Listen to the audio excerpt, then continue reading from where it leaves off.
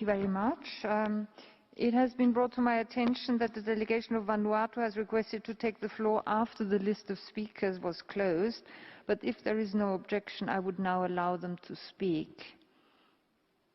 And I don't see an objection, so it is so decided, and I invite the representative of Vanuatu to take the floor. Thank you very much, Madam President. Vanuatu welcomes the work of the Special Rapporteur for the discussion on the current efforts toward the promotion, protection and fulfillment of the rights of indigenous people.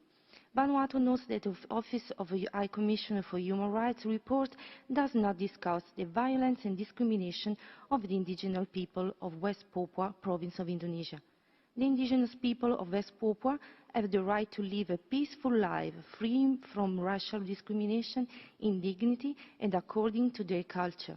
Unfortunately, these rights are being threatened by a new wave of violence against West Papua during the last weeks. It was reported a few days ago that a pastor of a local church was killed in the province of Intan by the Indonesian military unit. Sadly, this is not an isolated case. The world must acknowledge this unacceptable situation, and the escalation of violent incidents must be condemned. In this regard, the Human Rights Committee under the International Convention on Civil and Political Rights on September 2nd this year requested the Indonesian government to provide information on civil, political and other related human rights issues. Additionally, as agreed by Pacific Leaders Forum in 2019, Vanuatu requests Indonesia to live up to its international human rights obligation and urgently facilitate a visit by the High Commissioner for Human Rights so she can complete a report to the Council on the situation in West Papua. I thank you. Thank you. Thank you. I call on a representative of Indonesia.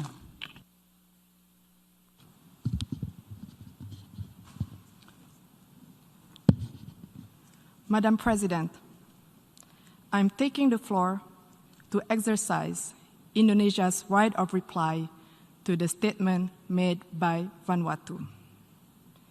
It is shameful that this single country continues to have excessive and unhealthy obsession about how Indonesia should act or govern itself. Frankly speaking, I'm confused. How could a country try to teach others while missing the point of the whole fundamental principles of the United Nations Charter? Let me tell them the following. To do what is right is to respect the principles of non-interference in the domestic affairs of other countries. And to do what is right, it is to respect the sovereignty and territorial integrity of other countries. So until you have done so, please keep the sermon to yourself. Madam President, the President of Indonesia stated a few days ago in this great Hall of Nations, and I quote, "We must promote a win-win approach in building relations among states that is mutually beneficial," unquote. Indeed, such a call was echoed by world leaders throughout this prominent week. But this ignorant country chooses the contrary. At times of an emergency health crisis and great economic adversity, it prefers to instill enmity and sow division by guising their advocacy for separatism with flowery human rights concern. Indonesia, comprising of more than hundreds of ethnic groups, a diverse and multicultural nation with thousands of tribes and hundreds of local languages, spreading across more than 17,400 islands, is committed to human rights. We value diversity, we respect tolerance, and everybody has the same right in this third largest democratic country in the world. We have also promoted and protected human rights where each individual has the same rights under the law. Furthermore, we have ratified the International Convention on the Elimination of All Forms of Racial Discrimination. While interestingly, Vanuatu has not even signed it. And how could one talk about promoting the right of indigenous people when it does not even sign the International Covenant on Economic, Social, and Cultural Rights, the core human rights instrument? This actually raises the question, do they really care about indigenous concern? More importantly, Vanuatu has not signed and ratified the Convention Against Torture and Other Cruel, Inhuman, or Degrading Treatment or Punishment.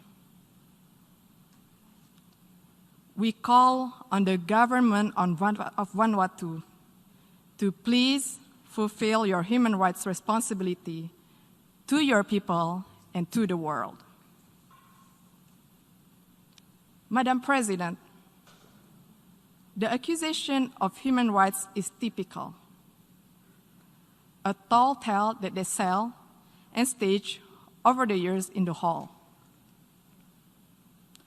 Let me tell them, you are no representation of the people of Papua, and stop fantasizing of being one. Papuans are Indonesians. All of us play an important role in the development of Indonesia, including on the island of Papua. Madam President, the principles of the UN Charter, which Vanuatu clearly does not seem to understand, stipulates the respect for sovereignty and territorial integrity. Indonesia will defend itself against any continuing advocacy of separatism conveyed under the guise of artificial human rights concern. The provinces of Papua and West Papua are irrevocable parts of Indonesia since 1945. It has also been firmly endorsed by the United Nations and the international community decades ago. It is final, irreversible, and permanent. I thank you, Madam President. Happening all around us. And yet, it seems the world is taking a selective approach to addressing this. In our region, the indigenous people of West Papua continue to suffer from human rights abuses. Last year, leaders from the Pacific Islands Forum respectfully called on the Indonesian government to allow the United Nations Office of the Human Rights Commissioner to visit West Papua province. To date, there has been little progress on this front. I therefore call on the Indonesian government to please heed the previous call of Pacific leaders. Mr. President, the theme of this 75th General Assembly calls on us, the member states of the United Nations, to come together to frame the future we want.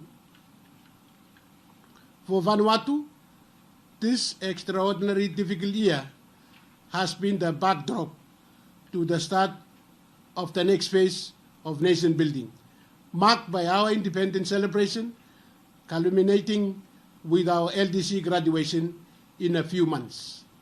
We hope that by sharing our experiences, we can contribute to global learning as we navigate the current crisis and work together in the pursuit of sustained peace and sustainable development. And as we emerge from the grip of COVID-19, we should continue to align our national and global recovery to existing commitments, to reorientate growth models to the ones that are more sustainable and greener in nature. More than ever, multilateralism must be defended and responded to the evolving needs of our times. The UN Charter remains our moral compass and continues to remind us of our common duties to save humanity. I thank you, Mr. President, and God bless you all. On behalf of the General Assembly, I wish to thank the Prime Minister of the Republic of Vanuatu for the statement just made. I now give the floor to the distinguished representative of Cabo Verde to introduce an address by the head of government.